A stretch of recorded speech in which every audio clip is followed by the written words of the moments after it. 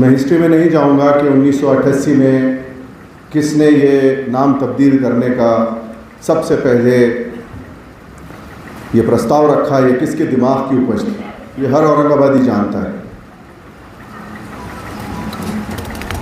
औरंगाबाद का नाम ये हम सब औरंगाबाद में रहने वालों के लिए एक फ़ख्र की बात है और हम सबको उसी तरह फ़ख्र है औरंगाबादी होने का, जिस तरह रामपुर में रहने वाले किसी शहरियों को होगा, सीतापुर में रहने वाले किसी शहरी को होगा, श्रीरामपुर में रहने वाले किसी शहरी को होगा, किशनगंज में रहने वाले किसी शहरी को होगा।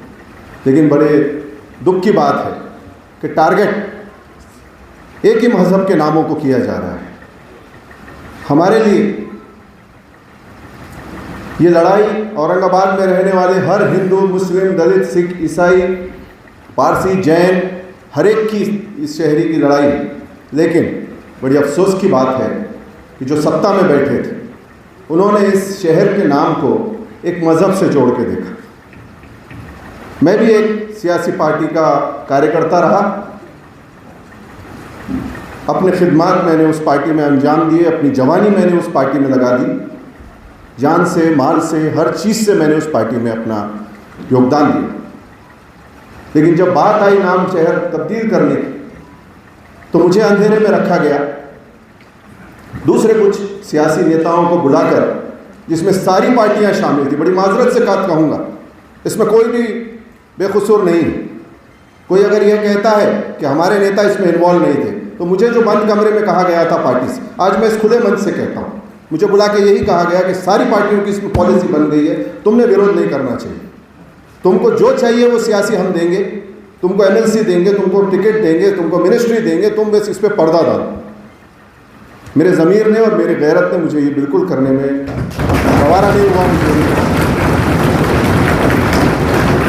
मैंने उसी वक्त हमारे लीडरान से कहा कि आप इसके लिए कोई दलाल ढूंढ लें, ये काम मुझसे नहीं होगा। ये पर्दे की आड़ में किया गया एक जुर्म है, जिसमें सभी सियासी पार्टियां शामिल थी। भले लोकसभा चुनाव में हिकमतन सभी माइनॉरिटीज़, SC ST सभी ने, जो आज अपोजिशन में बैठी हुई पार्टियां हैं, उनको साथ दिया, चाहे वो अल्पसंख्यक समाज हो, चाहे दलित समाज हो, चाहे किसान भाई हो हमारे, चाहे OBC हो, नाराज़ सभी थे। लेकिन जो इस वक्त 10 साल से जो इस मुल्क में हालात बन रहे थे, बेरोज़गारी हो, चाहे किसानों की समस्या हो, अल्पसंख्यकों पे अत्याचार हो, संविधान को ख़त्म करने की बात हो, हर अलग अलग जो कम्युनिटीज़ थी, जो तबके थे, उन्होंने अपनी वजह से, अपनी वजूहात की वजह से इंडिया अलायंस को कहें या और जो अपोजिशन में लड़ रहे थे उनको वोट दिया। सब ने मुत्तहिद होकर वोट दिया। अब इस पे हम अगर बात करें तो औरंगाबाद के ऊपर इतना हम लोगों को फ़ख्र क्यों है? मैं 2 मिनट थोड़े ज़्यादा लूँगा, आपसे इजाज़त चाहता हूँ। तो अगर मेरी नज़र से देखें तो औरंगाबाद ये मुल्क का कैपिटल रहा है। तुगलक के ज़माने में किसी भी शहर को ये एजाज़ हासिल नहीं हुआ। दूसरी बात, जब औरंगज़ेब रहमतुल्लाह अलैह की हुकूमत आई तो ये साउथ कैपिटल रहा हिंदुस्तान का। हैदराबाद को भी एजाज़ नहीं था, न मैसूर को था, न किसी शहर को था कि वो कैपिटल की श्रेणी में या उसकी लिस्ट में आ पाता। ये हमको ये एजाज़ मिला हुआ था कि हम मुल्क के कैपिटल में शुमार होते थे। औरंगाबाद ये एक शहर का नाम नहीं, ये एक तहज़ीब का नाम है। ये और बात है कि यहाँ मुस्लिम हुक्मरान रहे, लेकिन उन मुस्लिम हुक्मरानों ने कभी भी मज़हब के तौर पे यहाँ पे राज नहीं किया।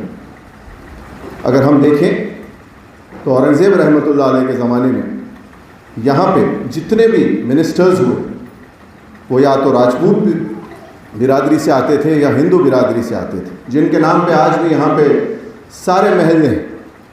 जयसिंहपुरा हो, करणपुरा हो, हत्ती सिंहपुरा हो, पहाड़ सिंहपुरा हो, या और कोई जो नाम अगर आप देखते हैं, ये सारे जितने भी हैं, जसवंत सिंहपुरा हो, ये सब उन मिनिस्टर्स के नाम पे ये महल्ले हैं जिन्होंने एडमिनिस्ट्रेशन यहाँ चलाया, और एडमिनिस्ट्रेशन उन्होंने भी कोई मज़हब के तौर पे नहीं चलाया, उन्होंने सबको देख के इस एडमिनिस्ट्रेशन को चलाया।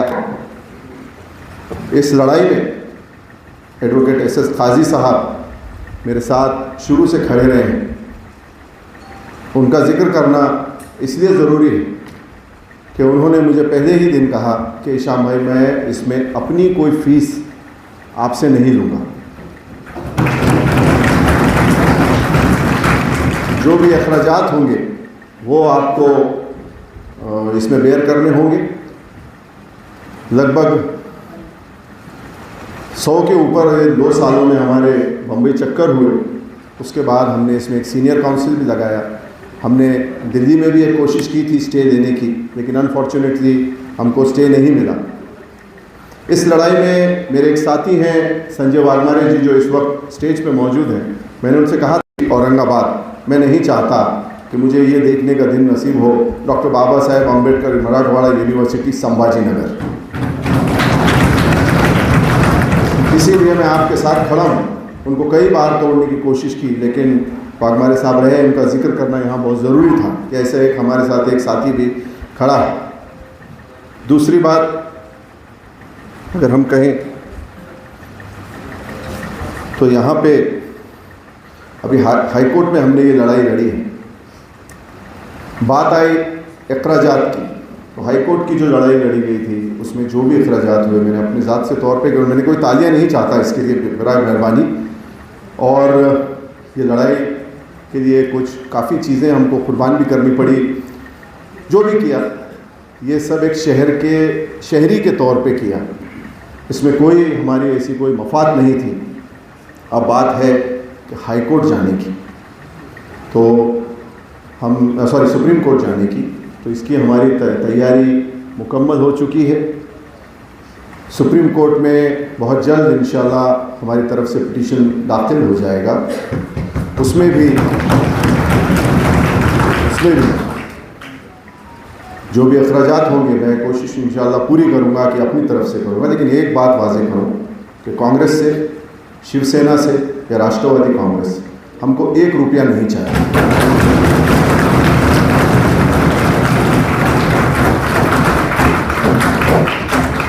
भले इसके लिए हमको अपना घर ही बेचना पड़ जाए, हम किराए के घर में चले जाएं,